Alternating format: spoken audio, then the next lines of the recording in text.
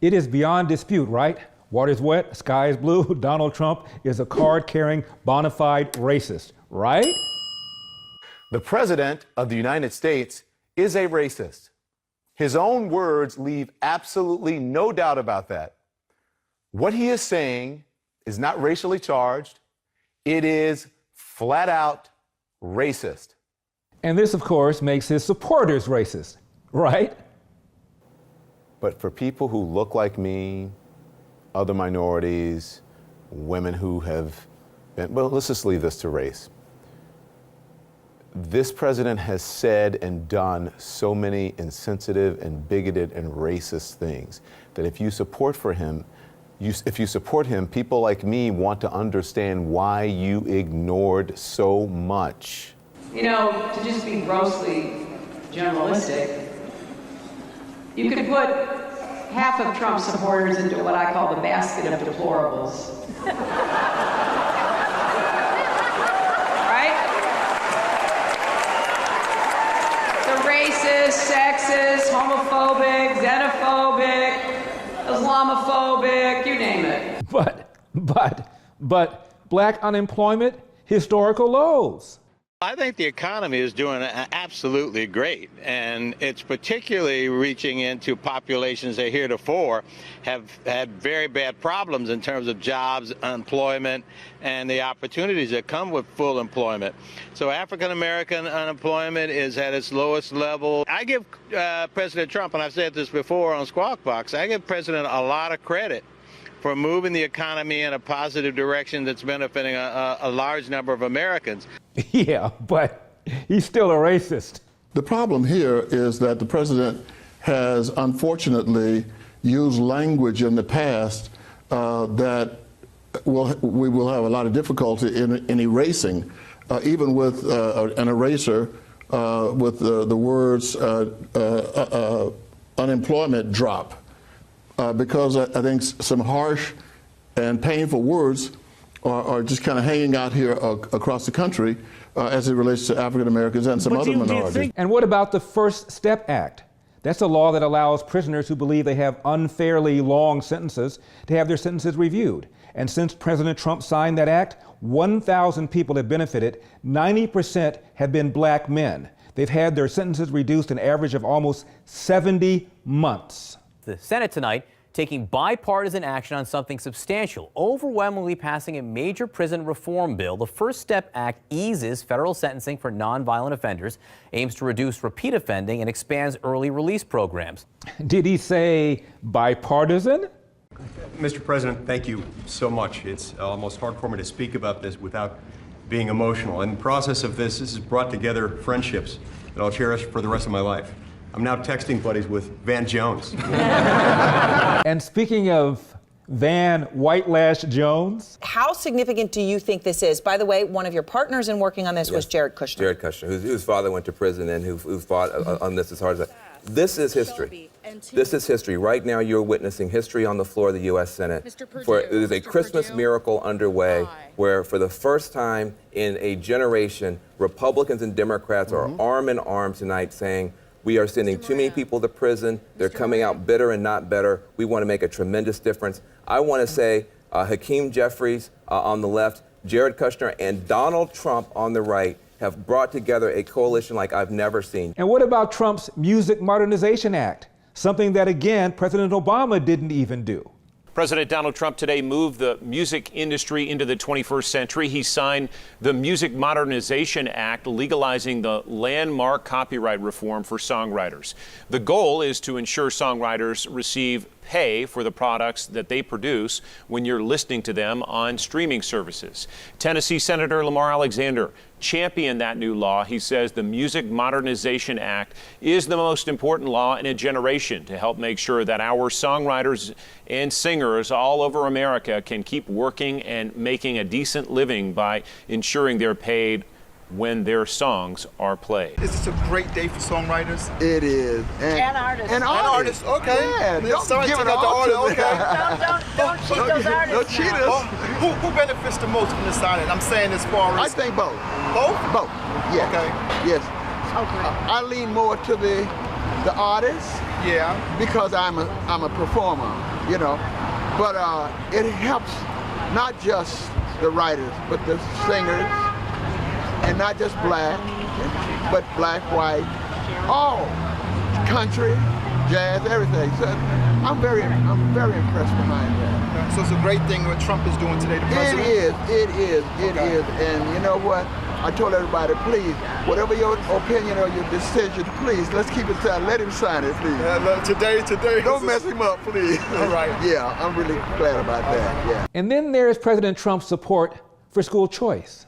The time has come to pass school choice for Americans' children.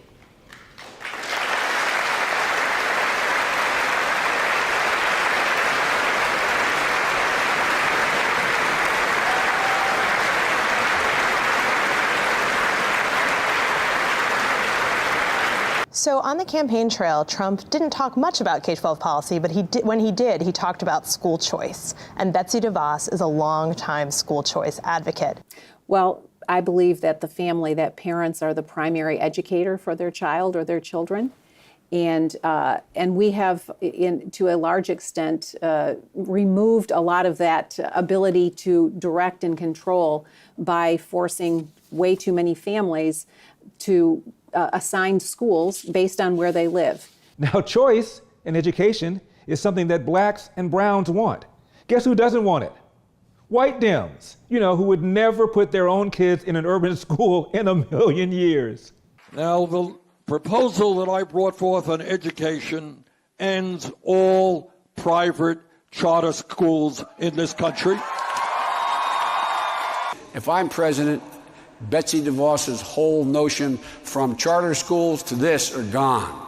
We won't have the same choice that you make for your kids, because I read that your children went to private school. No, my children went to public school. But we even if it was public school, it probably was the best public school. I can't pack up and say I'm leaving Hyde Park and going to Germantown. That's our suburban area, because I can't afford it. Mm-hmm. My daughter can't afford it. I understand. So we want to make what we got great, whether it's charter or traditional. And really, public schools are charter in where I come from, and we make parents know that charter schools are public schools too. So let me just say, I appreciate nothing more than how much you care about your children and your grandchildren and getting them educated, and that's all I want to do. If I don't have the pieces right, then I'll go back and read it. Go back and read it, I'll please. Go back and read it. And I promise you, the next time you see me, if it's reading the way it's going to benefit our children. I'm not making promises. Go back and read it. Go read it, but just read it. That's okay. But it turns out that Senator Warren had a son in private school from the 5th grade on.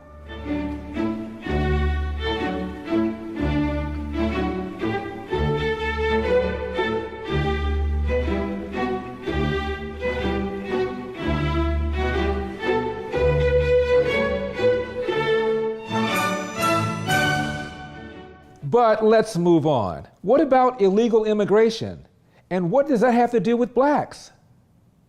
Now we must implement an immigration system that will allow our citizens to prosper for generations to come.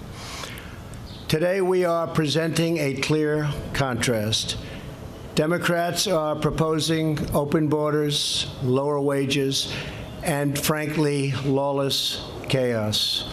We are proposing an immigration plan that puts the jobs, wages, and safety of American workers first. A steady stream of people showing up at the building behind me. We're told 150 applicants in the first 3 hours of this job fair, with about 30 minutes left to go. Cook Foods has not said how many people they're looking to hire, but the folks that we spoke with said they're definitely ready to go to work. Cook is just one of several chicken processing companies to get raided by ICE agents last week, with 680 workers detained for possible immigration violations. Peter Kirsanow is a friend I've known some 40 years. He's a longtime member of the U.S. Civil Rights Commission. Professor Briggs testified before the Civil Rights Commission. We had a whole host of people testifying before the Civil Rights Commission. The one cohort, the one demographic in the United States of America most harmed, most palpably harmed by illegal immigration are black Americans, and Politicians, open borders politicians know this. They know this because there have been numerous hearings before Congress on this. I've testified in a number of these hearings. George Borjas has testified in a number of these hearings. Stephen Camarada has testified, and we've presented all of this evidence, all of this data, that the pernicious effect of illegal immigration, of open borders, has had on black Americans in terms of employment. Nearly 1 million fewer blacks work today because of the competition from illegal immigration than otherwise would be the case if we had a secure border. And it also depresses wage rates by a tune of $1,800 a year. George Borjas estimates that the depressive effects of illegal immigration on wages is anywhere from $99 billion to $118 billion annually, cumulatively, but it has the most significant effect on the black community. And did I mention Trump's expansion of so-called enterprise zones that will benefit the inner city? It's a big day. Yes, sir. Thank you. In a few moments, I will sign an executive order launching a new White House opportunity. This is a very big thing that Tim and I and everybody have been working on for a long time. And Revitalization Council. This council will coordinate efforts across the entire federal government to deliver jobs, investment, and growth to the communities that need it the most. And then there's the commutation of the sentence of Alice Johnson, given a long sentence for a non-violent drug offense, and the pardoning of Jack Johnson, the first black heavyweight champion who was busted for a crime involving the transportation of a woman across state lines for purposes of sex. It was a BS charge just designed to nail him, and President Trump once again did something Obama did not do, and that is to pardon Jack Johnson. A great-grandmother gets a second chance at freedom after President Trump commutes her life sentence. Alice Marie Johnson served 21 years for a nonviolent first-time drug charge, but a serious charge of drug trafficking and money laundering. Her story caught the eye of Kim Kardashian West, who made a personal plea for the release to President Trump last week. Johnson shared an emotional reunion with her family after walking out of an Alabama prison yesterday. They are the folks who had been lobbying for this pardon for years now. Johnson was the first African-American heavyweight champ. And in what was seen by many as a racial injustice, Johnson was convicted of a crime back in 1913. That crime was transporting a white woman across state lines. He died in 1946. Senator John McCain, former Senate Majority Leader Harry Reid had also been pushing Johnson's case for years. But again, President Trump has posthumously pardoned Jack Johnson. And did I mention that Trump has upped spending on historically black colleges and universities by 14%? Education has the power to uplift. It has the power to transform, and perhaps most important, education has the power to create greater equality and justice in our lives. That's why today I'm thrilled to be signing an executive order to recognize the importance of historically black college and universities. Very important. They have played such an important role in achieving progress for African Americans and in our nation's march for justice.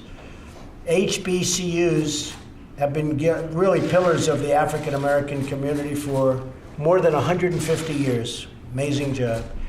And a grand and enduring symbol of America at its absolute best. And I congratulate you all to say that.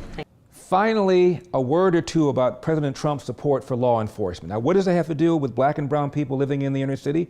Well, consider the Ferguson effect. That is what happens when officers are falsely accused of racism, as happened after Ferguson. Cops pulled back and crime went up. And guess who got disproportionately hurt by that crime? Black and brown people. Well, the Ferguson effect is the twin phenomenon of officers backing off of proactive policing and the resulting increase in crime. Last year, we had the largest one-year increase in homicide in nearly a half century. The vast majority of the victims of that homicide increase have been black. The reason for this crime increase, I believe, is that officers are living today under a false and dangerous narrative that says that they are shot through with systemic racism, that we're living through an epidemic of racially biased police shootings, and that the type of proactive policing that I think is responsible for a 20-year crime decline that this nation has enjoyed is under attack as racially oppressive. Bottom line, whether you're talking about the First Step Act, the Music Modernization Act, the tremendous economy that's benefiting black people, the fact that Donald Trump is doing something about illegal immigration, the fact that Donald Trump supports school choice, this man has got to be the worst racist ever. I think white people that like black people, y'all should get some sort of wristband, a hand stamp, or something. I'm dead serious. Something you can show in a dark alley to keep you from getting robbed.